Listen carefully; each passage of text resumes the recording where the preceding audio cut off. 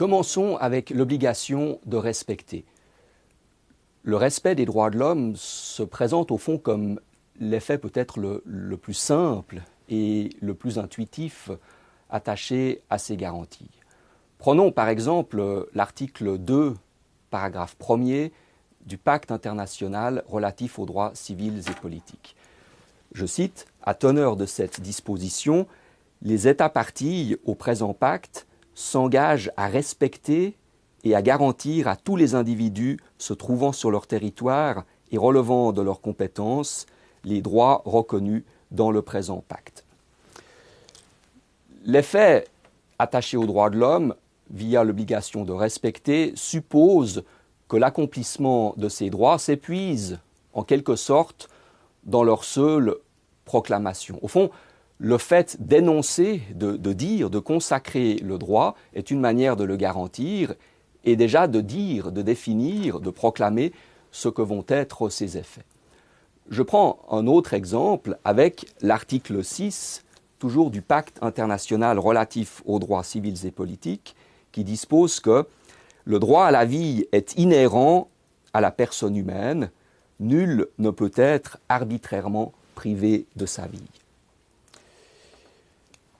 La garantie d'un droit comme celui-ci suffit à comprendre ce que son respect signifie.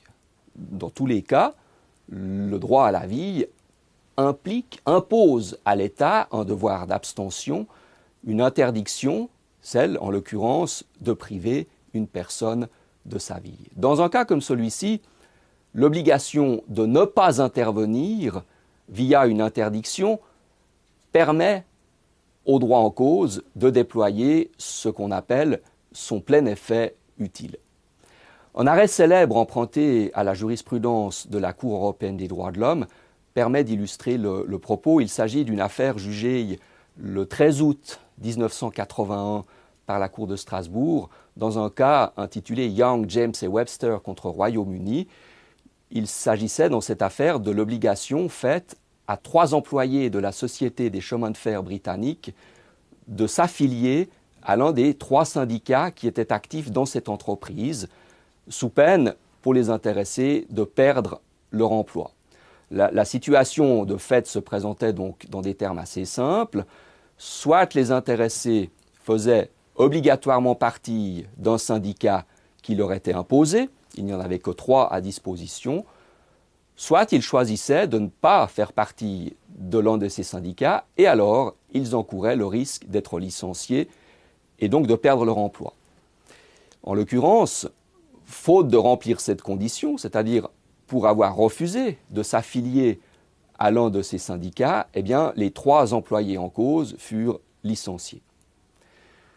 Dans cette affaire, la Cour européenne des droits de l'homme a constaté une atteinte à la liberté d'association au sens de l'article 11 de la Convention européenne. Il s'agit d'une disposition qui garantit la liberté de s'associer et de fonder des syndicats, y compris celle de ne pas être contraint d'adhérer à des associations de ce genre.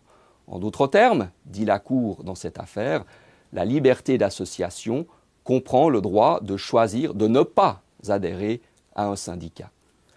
En l'occurrence, l'obligation de respecter se confondait avec un effet négatif attaché aux droits de l'homme en cause, sous forme d'une interdiction faite à l'État d'intervenir, l'obligation de ne pas faire, l'obligation de laisser faire et de laisser les individus agir à leur guise sans menace d'un quelconque agissement ou d'une quelconque sanction de l'État. Tous ces droits font partie intégrante de l'obligation de respecter la liberté d'association des travailleurs. Au fond, ces effets liés à l'obligation de respecter correspondent assez bien aux droits de l'homme dits de la première génération, tels que nous les avons étudiés lors de la dernière session avec ma collègue Maya Ertig-Randall.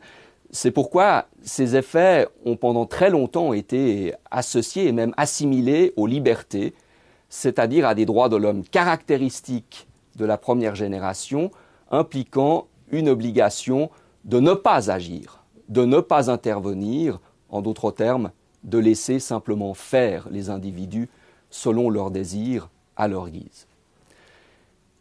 Il faut relever toutefois qu'en droit contemporain, l'obligation de respecter joue assez bien aussi pour d'autres droits, en l'occurrence pour les droits de nature sociale.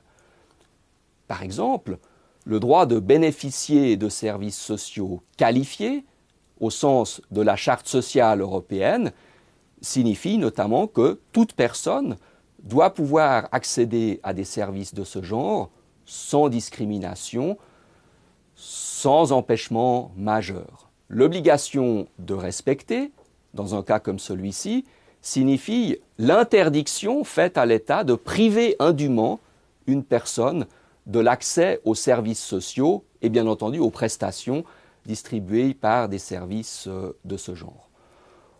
Autre exemple, emprunté lui aussi au droit de nature économique ou sociale, le droit au logement. Le droit à un logement suffisant au sens du pacte international relatif aux droits économiques, sociaux et culturels.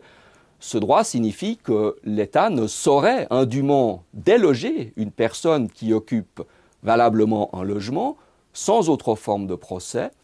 Se loger est en effet une faculté qui fait partie intégrante des besoins élémentaires de toute personne au sens de l'article 11 du Pacte international relatif aux droits économiques, sociaux et culturels. Les effets qui découlent d'obligations comme celle-ci, attachées à l'obligation donc de respecter les droits de l'homme, sont au fond assez évidents et assez éloquents. Ils ne sont pas suffisants pour autant, pour deux raisons. D'abord, parce que l'accès aux droits de l'homme suppose parfois des mesures actives qui viennent en quelque sorte précéder ou prendre le pas sur l'obligation de ne pas intervenir. En outre, les atteintes aux droits de la personne humaine peuvent ne pas émaner uniquement de l'État, mais aussi être le fait, c'est-à-dire provenir de personnes privées. C'est pourquoi, outre l'obligation de respecter, telle que nous venons de la voir, celle, cette fois, de protéger permet de compléter les effets juridiques attachés aux droits de l'homme par une dimension plus active, plus proactive, comme nous allons le voir à présent.